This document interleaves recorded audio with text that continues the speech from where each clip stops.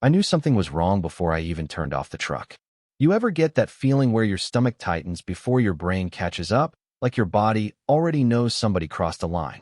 That was me pulling into my driveway that Sunday night, headlights sweeping across my front yard, and there it was, a trench. A full-on utility trench carved straight through my property, like somebody took a knife to it.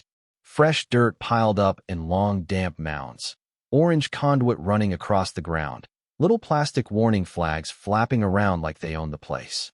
My sprinkler heads were busted clean off, and the roots from the oak tree my daughter and I planted 3 years earlier were sticking out of the ground like exposed veins. I just sat there gripping the steering wheel for a second, engine idling, staring at it. Now, for context, I live in a neighborhood outside Franklin Ridge, Tennessee, one of those places that used to be quiet farmland until developers started chewing through every empty patch of dirt they could find. When I bought my house back in 2017, the selling point was privacy. Big lots, mature trees, enough space between neighbors where you didn't have to hear somebody arguing over a grill at midnight. That mattered to me after my divorce. I wanted peace. Something stable for my daughter Emma when she came over on weekends. Then the developers showed up. A company called HOA Communities bought the land behind our subdivision and started building these oversized gray houses stacked so close together they looked copy-pasted out of a software demo. Suddenly, there were dump trucks every morning, nail guns all day, and HOA meetings every month about future growth opportunities. That phrase alone should have been a warning sign. The weird part is, I'd already had issues with the HOA president before any of this happened. Her name was Cynthia Mercer. Early 60s, permanently tanned, drove around in this white golf cart like she was the mayor of the neighborhood. Always wearing mirrored sunglasses, even indoors sometimes, which honestly should tell you everything you need to know about a person. Cynthia loved control, loved reminding everybody about mailbox colors, grass height, garbage can visibility. Meanwhile, half the new construction behind us looked like a war zone. About 6 months before the trench showed up, she came to my house asking if I'd consider cooperating with a future utility expansion for the incoming subdivision phase. That was her wording, cooperating. Like I was negotiating with a government agency instead of a retired realtor with too much free time. I remember leaning against my porch rail while she smiled at me like we were discussing weather. She said, it would really help property values across the community. I asked, what exactly would? She said, access. That was it. Just access. I told her if somebody needed part of my yard, they could start by showing me paperwork and a check. She laughed like I'd made a cute little joke, then drove off in that golf cart without another word. So when I saw that trench, I already knew where it came from. The next morning, I walked outside with coffee in one hand and pure irritation in the other. There was a guy in a reflective vest pacing near the ditch with a clipboard. Younger guy, maybe late 20s, sunburned neck, looked exhausted already. I asked him what the hell happened to my yard. He barely looked up. Oh, we're laying fiber lines for phase 3. I said, through my property? He shrugged. Actual shrug. HOA said this section's community easement. That sentence right there. That's the moment this whole thing stopped being an inconvenience and became personal. Because I knew my property lines. I knew exactly where they were. After my divorce, I became weirdly protective over ownership.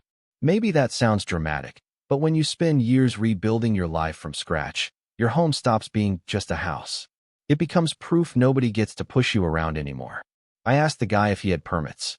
He shifted uncomfortably and said, you'd have to talk to the association. Of course I would. So I got in my truck and drove straight to the Stonegate Clubhouse. And the whole way there I could feel myself getting angrier, not loud angry. The dangerous kind, the quiet kind where your brain gets cold instead of hot.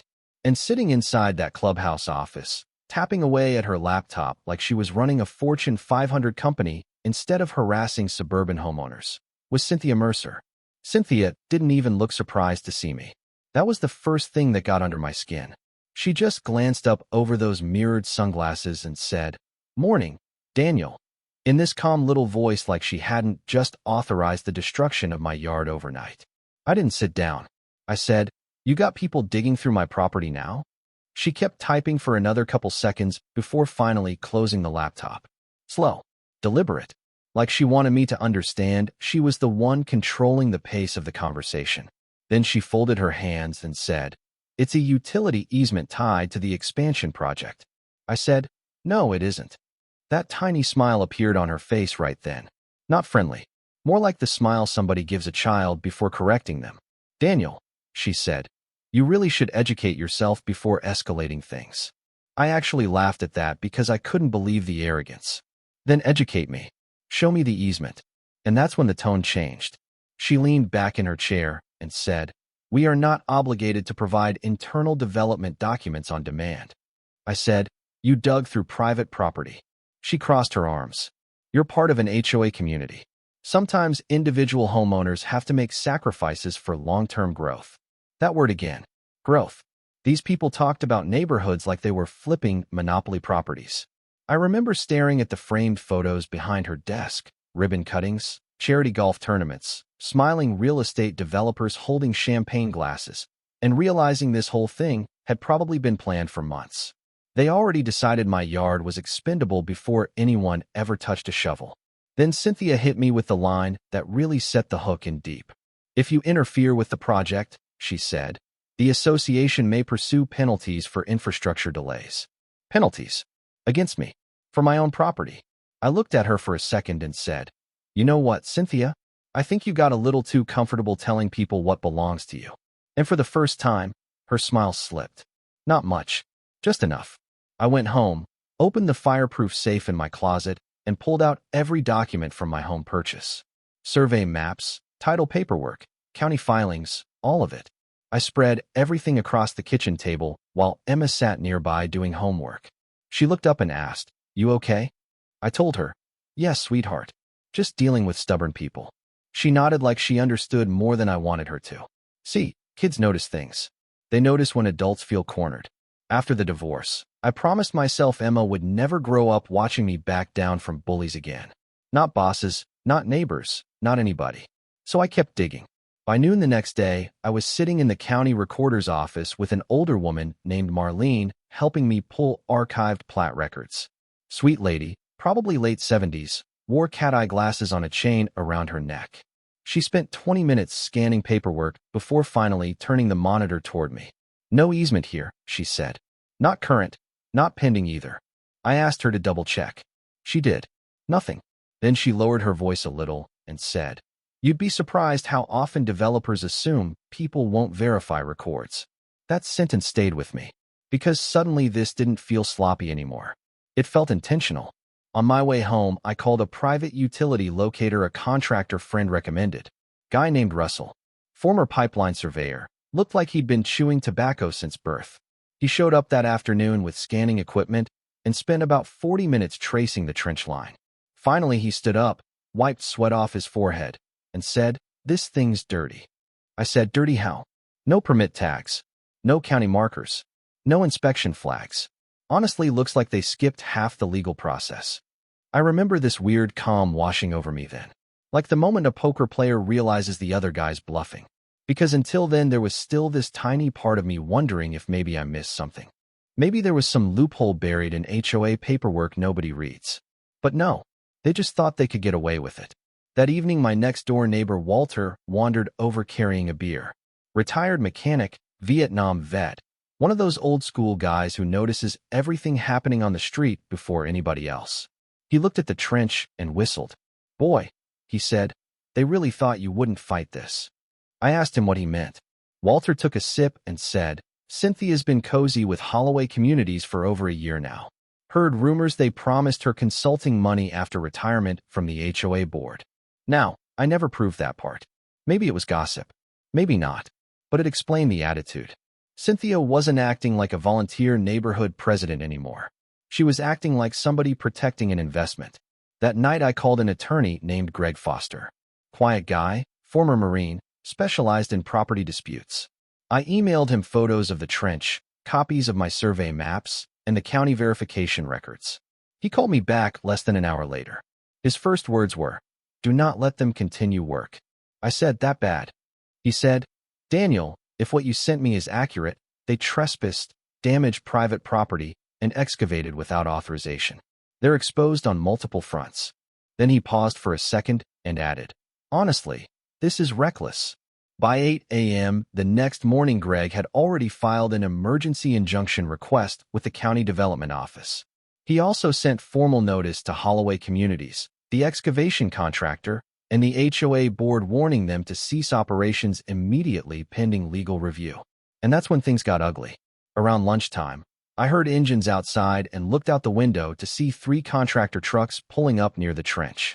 Workers started unloading equipment fast, almost nervous.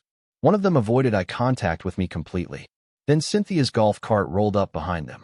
She marched straight toward my porch holding a folder under her arm. "You need to withdraw the complaint," she said before I could even open my mouth. "No hello. No pretending anymore."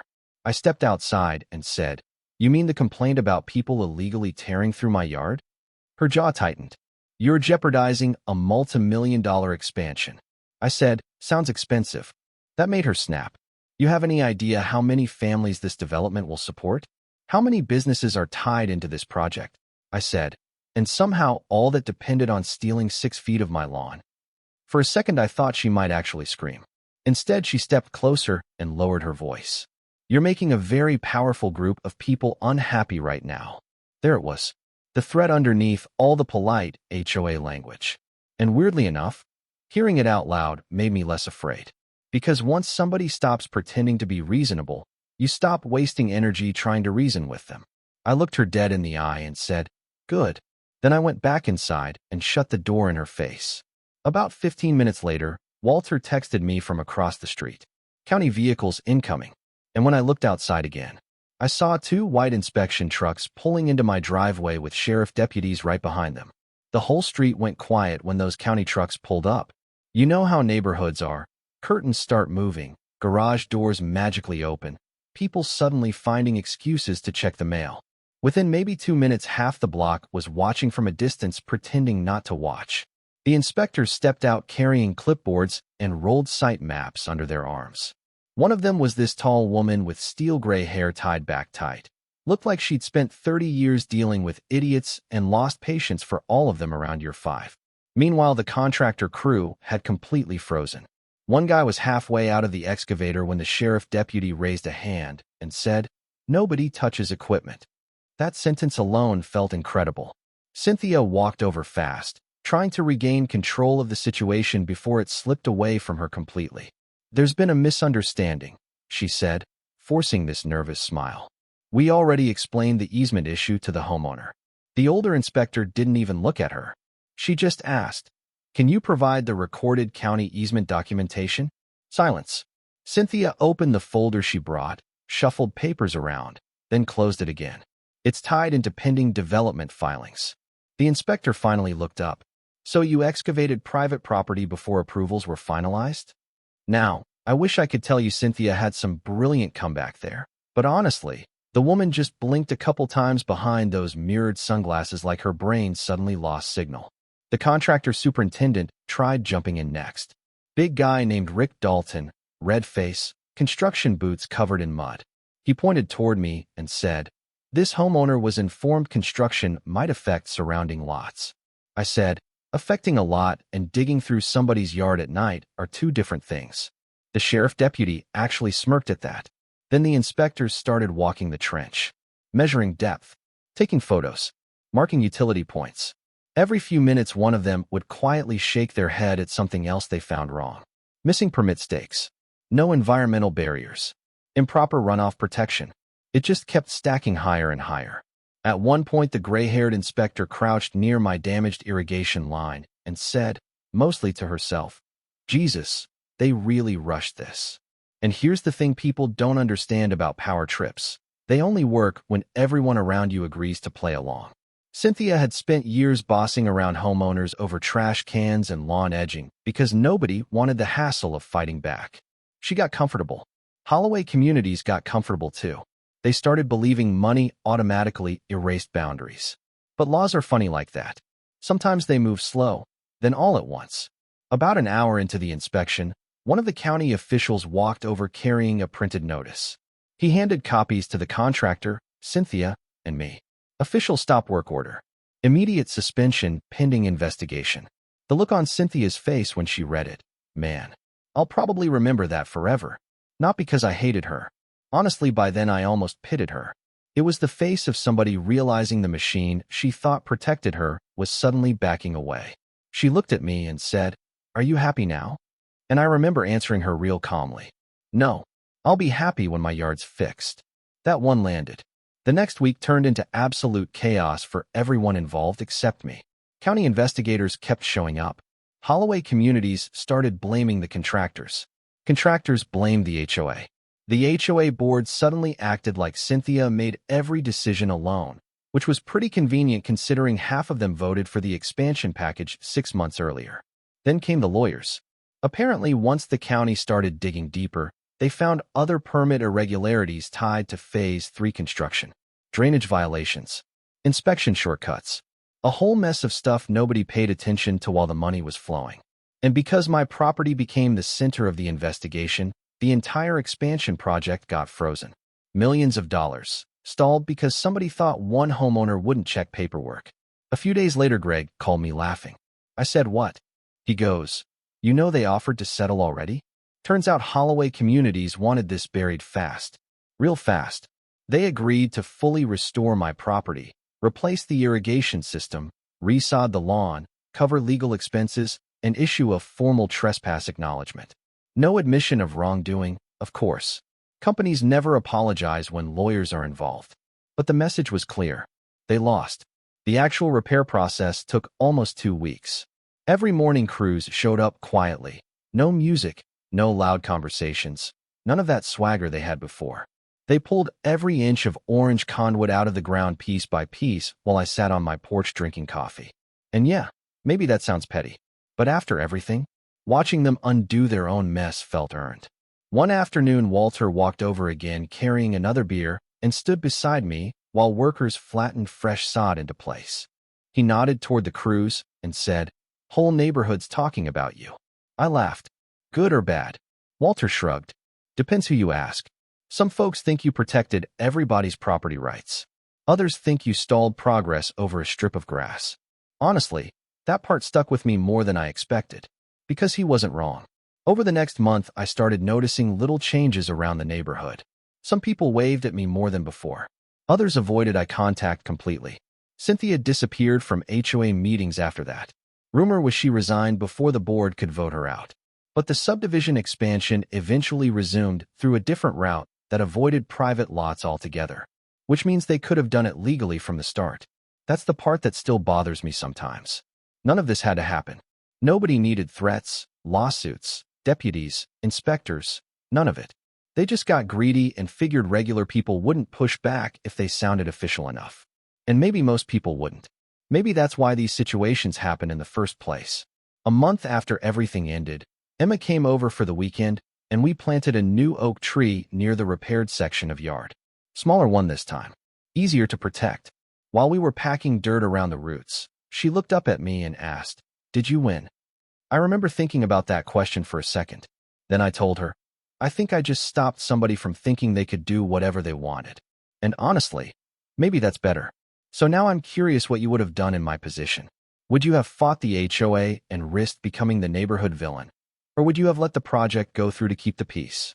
Let me know in the comments, because around here people still argue about whether I defended my home or delayed progress out of spite.